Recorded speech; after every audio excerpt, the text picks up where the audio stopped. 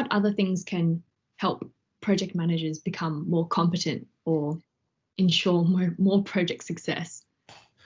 What I think is that the project management body, the IPMA in particular, the International Project Management Association, I think they are right. So what they have identified is a set of competencies that it's called the ICB4, the Individual Competence Baseline.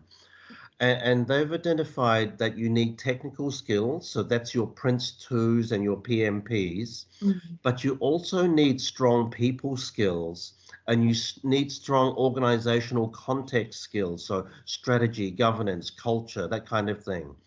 So I actually think that's exactly the right track that you need to go on. That's where my research is at the moment, because I've identified there's a weakness in what we currently do with our certifications. But I think the IPMA have got the right answer. And I'm about to do some research to try to find out those people with competencies in all three areas, people skills, context skills, and technical skills. If they have all three sets of competencies, do they have higher success rates?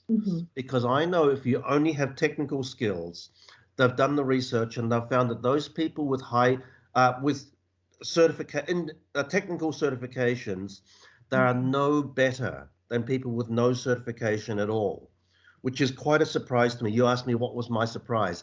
That was my surprise. I was thinking it should make a difference, but it seems that it doesn't. So given that, I said, well, what does make a difference? And the IPMA framework, I think, is the answer. So that's where I'm pushing at the moment. I've read a few conflicting reports to what your research is finding, Raymond, and they are from or sponsored by Axelos, who are the owners of Prince 2 and MSP and a lot of the frameworks, as well as PMI.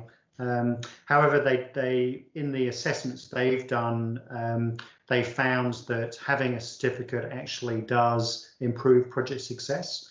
And I think it might be the different assessments. So their reviews are longitudinal. So it might be within the same organisation that organisation has gone from not having any PMPs, as a good example, to having all the project or most of the project managers certified as project management professionals. And then they've been mapping success rate of projects. And so they've correlated that now we have more PMPs and we've got greater success. So I'm not too sure. I haven't seen the data set, and I'm not familiar with the questions they asked. I've just obviously seen the reports as well. So it will be interesting to see your research. I definitely know from the reviews that I do, and this is supporting your argument, Raymond, that there's often many projects in organizations that should either be stopped or at least paused because they're not set up for success. So for me, often when we do reviews, we'll interview the project manager, and the project manager knows that this project is risky. The sponsor's not confident that all the benefits will be achieved. Often, for example, the benefits haven't even been captured in detail.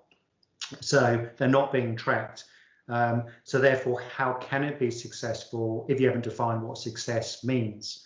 So for me, these are some of the contributing elements that not only do people need to be competent in the people skills as well as the organizational perspective skills, but the organization itself needs to support the project manager in delivering as well. So I think there's two elements to improvements that are required, but I'm very keen to hear what you're going to say around this slide, Raymond. I'm just going to give one very interesting example. So this slide talks about your technical skills. So that's on the right-hand side. It talks, they call it perspective, but I think it's better to think of this as organizational skills or context skills and people skills on the left. And if you think about the way it often happens with a project, some person in an organization said, let's do this. And they decide, okay, let's do it. And the project gets started and there's no clarity on what the benefits are at that early stage. but they've already started the project and they've given it to a project manager. So a typical project manager or an inexperienced project manager will say, okay, let's do it. And they get stuck into the doing stage and they don't ask the strategy question. So down here on the bottom left, strategy, they've got to ask the question, what are we trying to achieve? And I know that's something that you're very big on, James. You know, if you don't know what you're trying to achieve, anything will do. So I argue very strongly, most people, when they start a project, they haven't thought through that strategy issue very carefully. So as a project manager, you've got to be asking the question, something like, look, I'm new here, or can you just bring me up to speed? What are we trying to achieve here?